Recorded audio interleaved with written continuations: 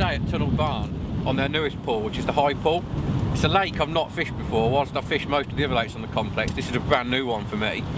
And I've basically come here just to see what it's like, how it differs from the other lakes. What I've learned straight away is it's absolutely ram-packed full of F1s. There is some carp in here as well, but F1s in the sort of 6 ounces to a pound bracket seem to be the fish that are going to be the real weight builders. Now, to catch a big weight of fish that size, there's a few little pointers that I can give you. Firstly, you need to fish short. Now, this lake differs from a lot of the other pools at Tunnel, is in it's a lot deeper. Down the track, you've got sort of 8 or 9 foot of water.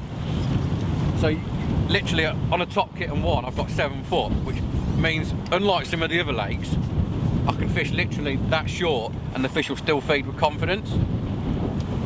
So when you're trying to catch a big weight, the shorter you can catch them, the quicker you can catch, the more likely you are to be able to do a weight. So I've literally opted for 2 lines to start with because I didn't really know what to expect.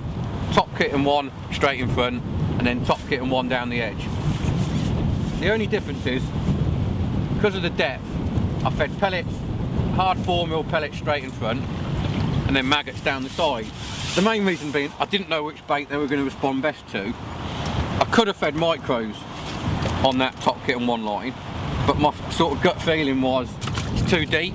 Feeding micros, even if just sprinkling out a few micros in 7 foot of water, I just don't see that as being an effective way of fishing. So I've loose fed 4mm by hand, and then I've loose fed maggots down the edge. It is important, again, for speed. If you're going to catch a big weight of small fish, these small F1s, you need to be able to feed by hand. It just saves so much time rather than having to fill a pot all the time. Literally, you can just throw a few pellets or a few maggots, and it just speeds up the whole process. Another little tip on baits, because a lot of these, although they've been in it quite a while, they are still what I'd call stockies. A little bit of ground bait. I've got a little bit of Ringer's ground expander. Stocky carp and stocky F1s, they absolutely love ground bait. So whenever the swim goes a little bit quiet, all I'm doing, just feeding a little nugget like so. You don't need to feed like every single drop in. As soon as that swim starts to go quiet, a little nugget of that just seems to settle them back down again. As you can see, I'm fishing down the edge to my left at the minute, but I'm still feeding that line straight in front. Whilst this line's good, I'll stay on it, but it's a case of, just because you switch lines, you need to keep feeding both lines so you've got somewhere else to go. And little and often with this size of fish is definitely the way. Because it's absolutely freezing, I've started off feeding like 6 or 8 maggots on this down the edge line and sort of felt my way in, rather than feeding like great big handfuls of bait like some people feed like every cast. I mean, that's great if the fish are having it, and they are having it today, but I'd much prefer to sort of start just 5 or 6 maggots, feel my way in. If they want the bait, I can then increase it, and if they don't, I can cut it right back. What's happened today is I've started off fishing on the deck, and then within literally 15 minutes I've started getting silly bites. The same's happened on both lines, even down the edge where it's shallower, and the fish would come up off bottom. So all I've done is I've fished a shallow rig in front of me like 2 foot deep, even though it's cold, and then a shallow rig down the edge, admittedly not as high up in the water. On that front line I've got 7 foot, and I've fished probably 2.5 foot deep, whereas on this line I'm fishing literally like 6 inches off the deck. The other point is, because I am catching off deck, you need to keep working the float. Too many people sort of like, when they're fishing shallow, they lay it in, then just sit there. You know, I want the bait falling through the water all the time, so it looks just like a free offering. Just bumped a fish then.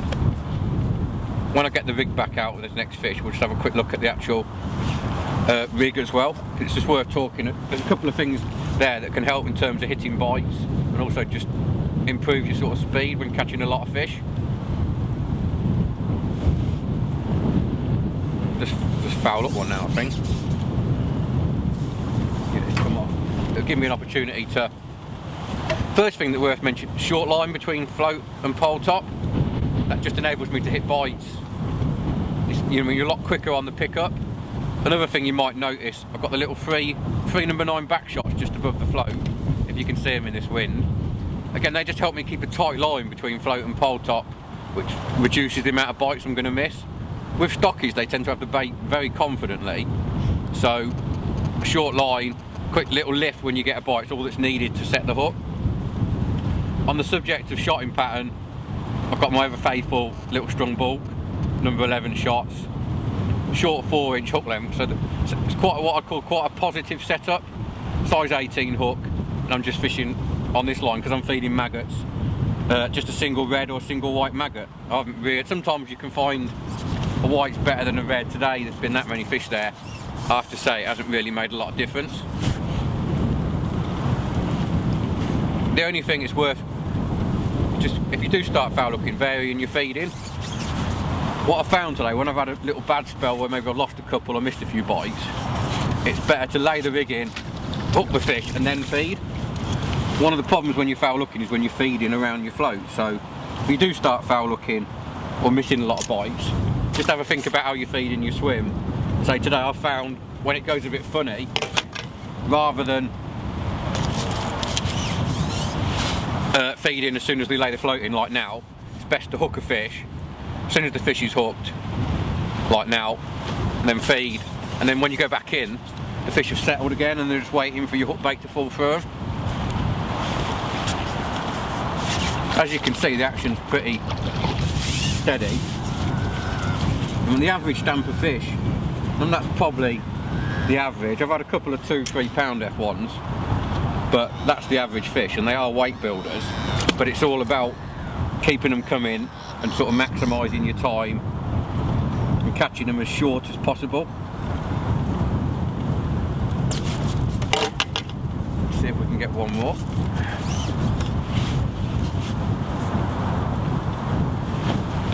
So I just broke my rule then and fed while I laid the float in, but it's not made any difference.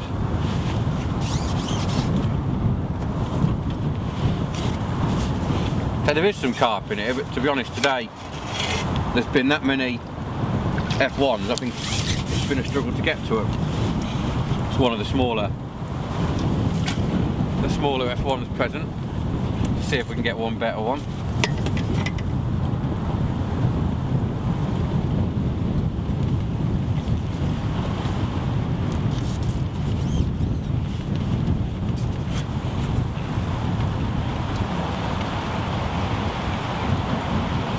The action really is, considering how, it's just pinged off, cold it is, the sport is unbelievable, and this lake actually doesn't get fished a lot, which might be one of the reasons the sport's so good, is in the fish are hungry.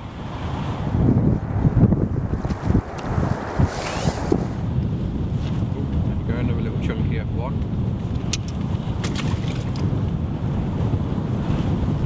So there you have it, that's my guide to catching F1s and catching a big weight of small fish in sort of a very short amount of time.